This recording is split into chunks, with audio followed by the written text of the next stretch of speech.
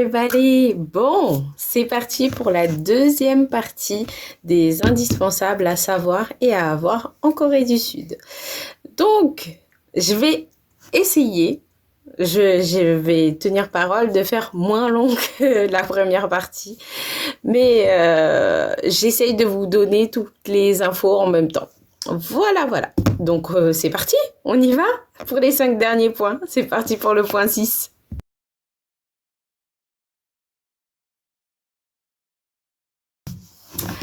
Alors, en 6e point, nous avons... Alors, le 5e point, on a fini sur l'achat de la carte SIM coréenne.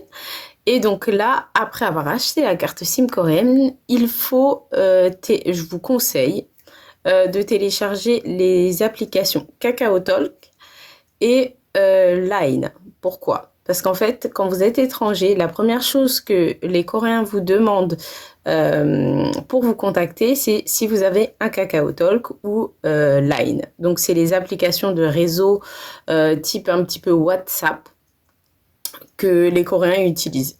Donc, oui, c'est 2 applications gratuites, donc assez simple d'utilisation. Et comme ça, vous serez en contact plus facilement avec vos amis coréens que vous vous serez fait sur place. Voilà. Qu'est-ce qu'il y a d'autre ? Du coup, de ces 2 applications ont dérivé des magasins dédiés à chaque application. Vous pouvez retrouver les emojis en peluche, en stylo, enfin plein de dérivés différents et possibles. Les 2 boutiques que je connaisse, ça s'appelle Kakao Friends et il y a Line Friends. Les 2 se trouvent dans Hongdae, dans le boulevard principal, à la station Hongik University. Voilà. Donc ça va. Donc ça, c'était un point important si vous voulez communiquer avec les Coréens. On passe à la suite.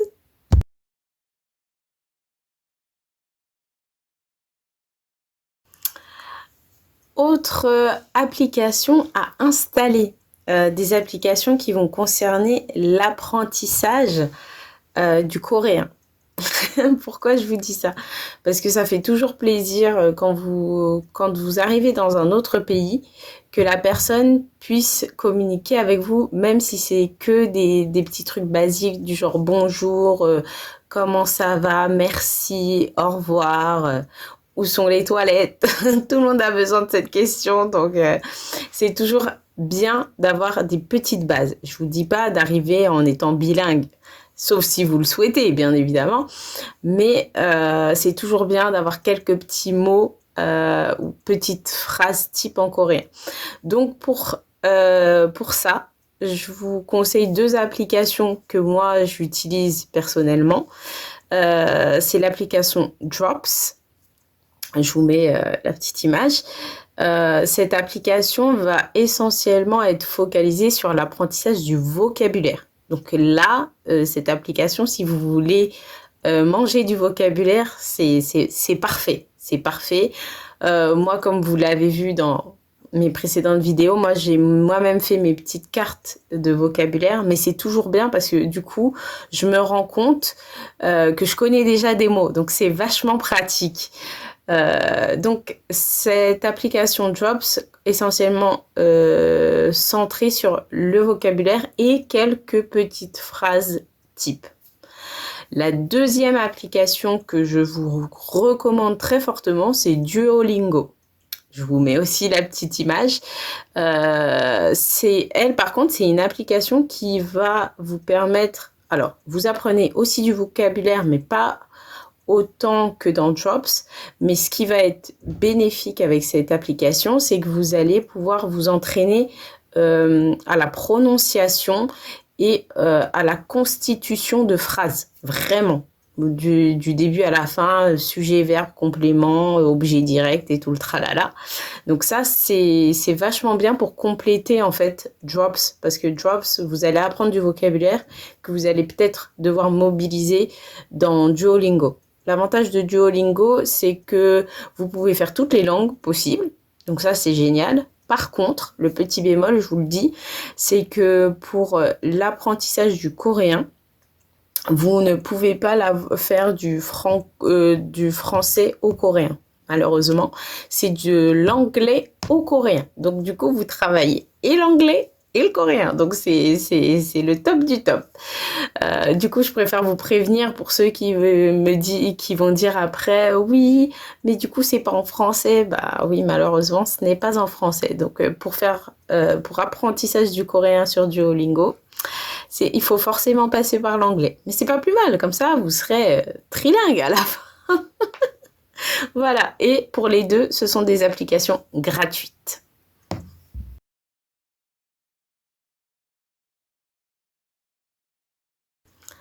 Bon, je vous ai parlé des applications d'apprentissage de coréen gratuites. Autre application à vous mettre sur votre téléphone, sur votre smartphone, c'est un dictionnaire franco-coréen, ça, ce serait pas mal. C'est vachement utile quand, par exemple, vous êtes dans la rue et que bah, il y a des indications ou il y a des mots que vous connaissez pas. C'est toujours bien de pouvoir avoir le dictionnaire à portée de main. En plus, comme là, vous serez ultra connecté avec la SIM que je vous ai conseillée. Il n'y a pas de raison que vous n'ayez pas de Internet. Donc, moi, je vous conseille de... Alors, moi, c'est quoi l'application que j'utilise? C'est un dictionnaire franco-coréen. Je vais vous mettre la petite image.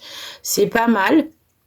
C'est pas mal. Après, des fois, la traduction du français au coréen, c'est pas toujours ça. C'est parfois un peu compliqué. Des fois, je pense qu'il faut mieux faut traduire du français à l'anglais. Et après, de l'anglais au coréen. Parce que l'anglais et le coréen, c'est un petit peu plus proche. Pourquoi?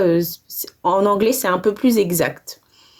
Je ne saurais pas vous dire pourquoi, mais souvent c'est comme ça. En tout cas, un petit dictionnaire franco-coréen, ce serait à installer, ce serait bien.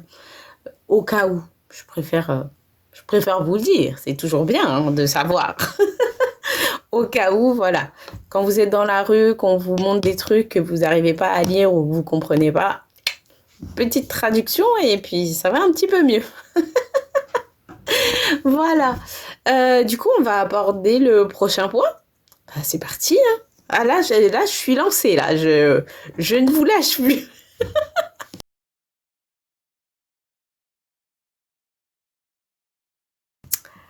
Alors, là, je vais aborder un point qui va... bon, j'espère que ça a déjà les autres intéressé tout le monde, mais là, je vais plus parler aux personnes mineures. Mineures dans quel sens? Parce que nous, en France, la majorité, c'est 18 ans. Eh bien, sachez qu'en Corée, la majorité, c'est pas 18 ans. C'est comme aux États-Unis, c'est 21 ans. Pourquoi je vous dis ça? Parce que je sais qu'il y a beaucoup de jeunes majeurs chez nous qui veulent aller en Corée, pouvoir profiter et tout ça. Mais sachez qu'il y a des activités ou des lieux qui vous seront malheureusement interdits. On vous laissera pas, on vous laissera pas rentrer. Franchement, je vais pas passer par quatre chemins. Je vous le dis franchement, vous allez être recalé. On va vous dire niette. Non, ça passe pas. Qu'est-ce que j'ai comme exemple? Tout ce qui est lieu où on vend par exemple de l'alcool. Malheureusement, majorité veut que ce soit 21 ans. Donc, si vous avez moins de 21 ans, vous ne pourrez pas aller dans ces lieux-là. Je prends l'exemple des bars. L'exemple des boîtes, des boîtes de nuit. C'est niette aussi, c'est 21 ans. De toute manière, à l'entrée, on vous demande votre passeport. Donc, si vous rentrez pas dans l'âge légal, eh bien, vous rentrez pas. Bon, là, en ce moment, la question des boîtes se pose pas trop vu que toutes les boîtes sont fermées. En tout cas, c'est ce que j'ai comme info pour l'instant. Aucune boîte de nuit coréenne n'a réouverte. Sauf si certains vont m'apprendre des choses en commentaire. Il y a aussi malheureusement un autre endroit qui vous sera pas autorisé, et ça j'en suis vraiment désolée pour vous, c'est les karaokés. Comme c'est en plus, je sais qu'il y en a beaucoup qui veulent aller là-bas, que oui, forcément, pour l'ambiance, pour l'environnement, vous en avez vu dans vos séries coréennes, mais malheureusement, là-bas aussi, la majorité, c'est 21 ans, donc vous pourrez pas rentrer. Donc voilà, c'est des petites choses comme ça qui sont bonnes à savoir pour pas vous projeter dans des aventures où vous ne pourrez pas que vous ne pourrez pas réaliser. Donc je préfère vous le dire, tout ce qui est bar, boîte, karaoké. Après, je sais pas s'il y en a d'autres. Là, il y en a pas d'autres qui me viennent à l'esprit, mais vous ne pourrez pas être admis dans ces endroits. Donc bon. Après, il y a plein d'autres choses à faire, hein. Il y a plein d'autres choses à faire. Mais voilà, juste que vous sachiez et que vous soyez au courant par rapport à ça. Donc, faut vous dire, bon, si vous pouvez venir quand vous êtes dans votre 21e année, c'est mieux. Après, si vous voulez venir plus tôt, forcément, bah, venez. Je vais pas vous dire de pas venir, bien évidemment. Mais voilà, sachez qu'en tout cas, ça, vous pourrez pas le faire. Voilà. Et on passe à la suite. Je crois que du coup, c'est c'est le dernier point, si je me trompe pas. Bon, bah allez, hein. Dernier point et c'est parti, les enfants.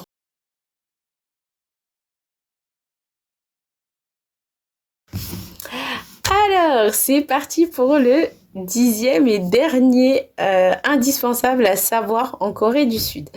Là, je vais vous parler de manière brève des règles, entre guillemets, des règles de bienséance en Corée du Sud, parce qu'ils sont très respectueux dans les règles, voilà, quand on parle à une personne plus âgée, comment on doit se comporter avec les personnes plus âgées, comment on doit comporter en groupe quand vous êtes dans les transports. Donc ça, c'est ultra important. Je vais vous donner que des petits exemples. Je pense que je vous referai une vidéo avec les règles de bienséance de manière un peu plus approfondie pour que vous ayez vraiment une idée de la chose.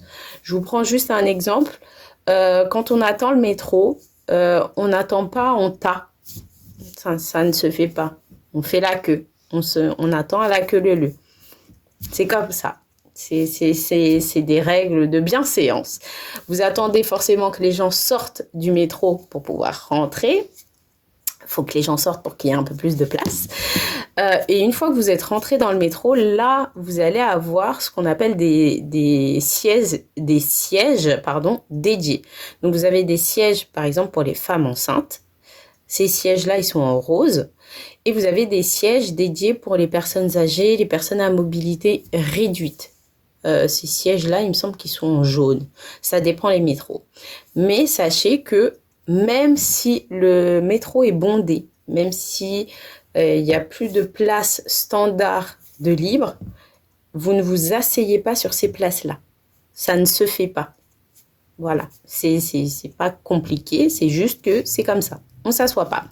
Même si vous voyez que c'est bondé, que c'est l'heure de pointe et qu'il n'y a personne sur ces sièges-là, vous ne vous asseyez pas. De toute manière, si vous voulez essayer, allez-y. Je pense que tellement les gens vont mal vous regarder que vous allez vous lever de vous-même.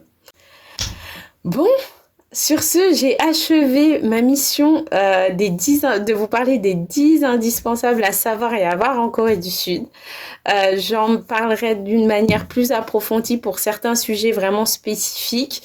Mais en tout cas, ça m'a fait plaisir de faire cette vidéo. J'espère que ça vous a plu. Si vous avez des questions ou des interrogations, faut surtout pas hésiter à me laisser un petit commentaire, même un petit like, ça fait toujours plaisir. Et voilà. Donc j'espère avoir rempli la promesse que j'avais faite de faire moins de 15 minutes. J'espère l'avoir remplie.